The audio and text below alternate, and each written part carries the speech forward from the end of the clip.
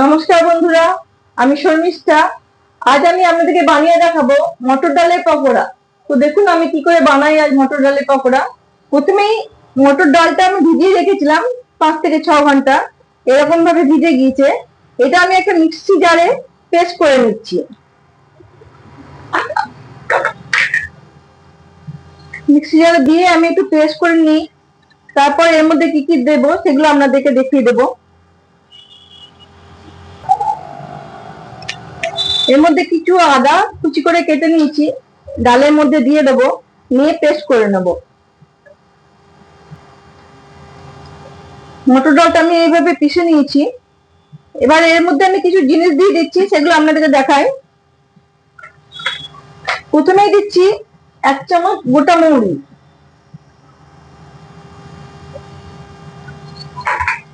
1 চামচ গোটা জিরে,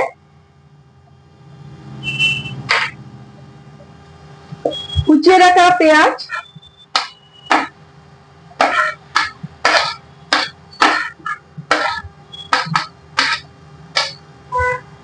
কুচিয়ে রাখা ধনে পাতা আর কাঁচা লঙ্কা কুচিয়ে রাখা।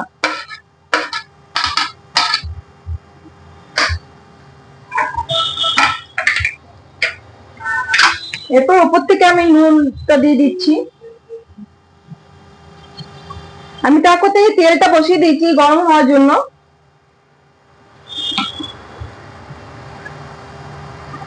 সামান্য একটু হলুদ দেবেন কালারের জন্য।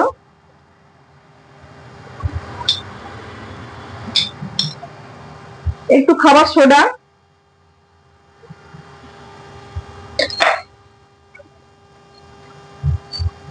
আর একটু হিং।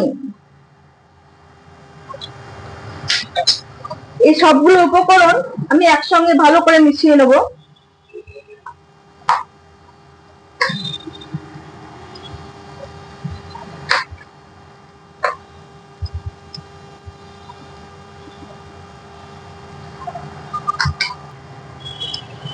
তেলটা আমার গরম হয়ে গিয়েছে। দেখুন আমি এক এক করে পকোড়া গুলো দিচ্ছি।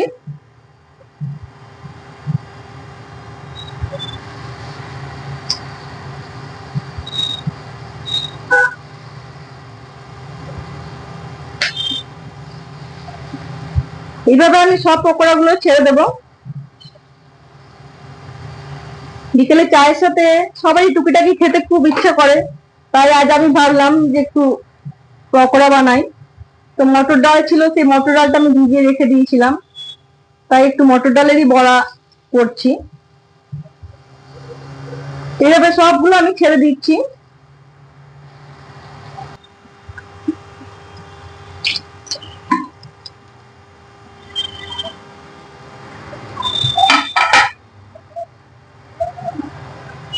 একটু পাল্টে পাল্টে দেবো। এবার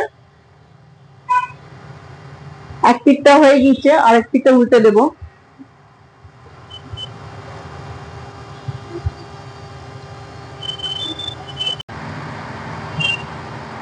দেখুন দুদিকটা আমি খুব ভালো করে ভেজে নিয়েছি। এবার সবগুলো তুলে নেব।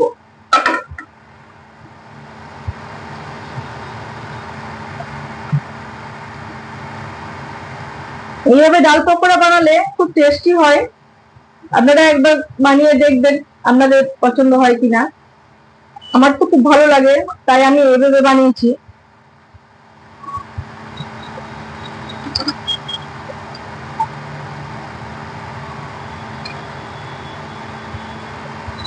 বিকেলে এরকম পকোড়া তার সাথে একটা চা হলে বিকেলটা পুরো জমে যায়। আমি সব পকোড়া তুলে দিয়েছি। এবার গ্যাসটা বন্ধ করে দিচ্ছি।